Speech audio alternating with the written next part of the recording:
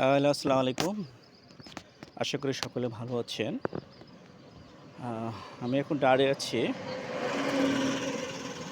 নির্মিত এক পল্লী এলাকায়। চারিদিকে সুমসাম, কোনো টু-শব্দ নাই। এটা হচ্ছে নড়াইল জেলার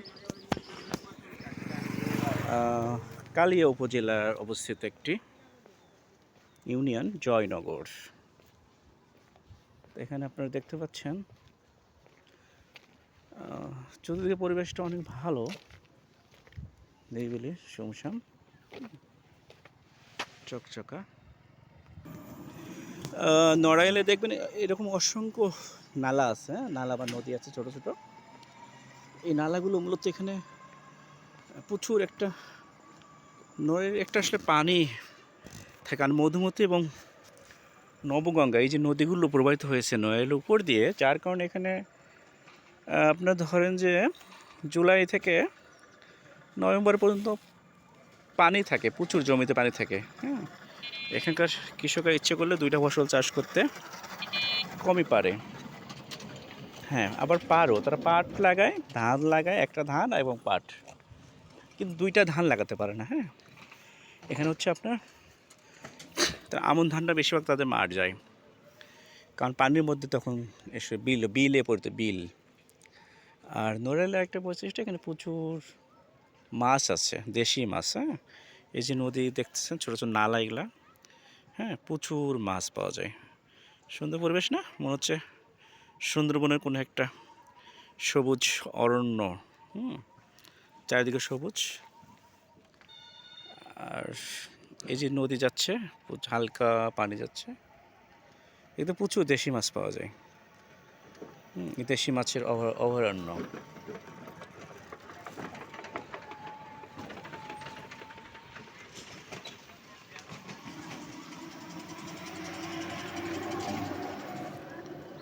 আপনাকে ধরতে গেলে অনেক সুন্দর একটা পরিবেশ, হ্যাঁ? দেখেন ছিমছাম পরিবেশ, হ্যাঁ?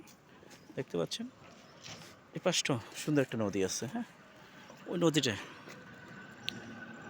এবং পাশে একটা পানের বরজ দেখতে পাচ্ছেন? পানের বরজ ওইটা, হুম?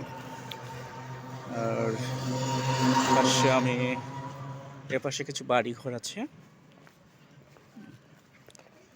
আসলে অনেক গাছপালা পরিপূর্ণ একটা নড়াইল জেলা। প্রচুর গাছ আছে।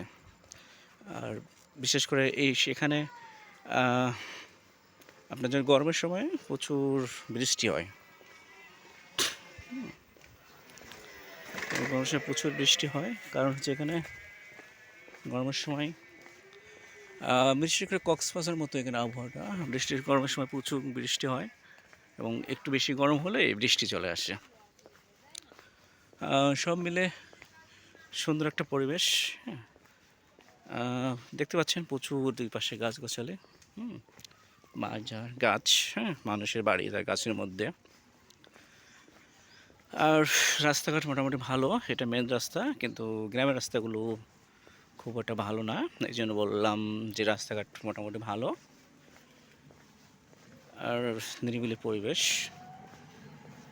রাস্তায় গাড়ি চলতেছে মাঝে মধ্যে, দেখতে পাচ্ছেন এই যে গাড়ি গেল আমার সামনে একটা। হচ্ছে জয়নগর ইউনিয়ন, কালিয়া উপজেলা। এখানে সুপারি গাছ আছে এবং নর্মালি সুপারি গাছ দেখতে পাচ্ছি, সুপারি গাছ আছে এবং সুপারিগুলো এখানকার বেশি বড় হয় না।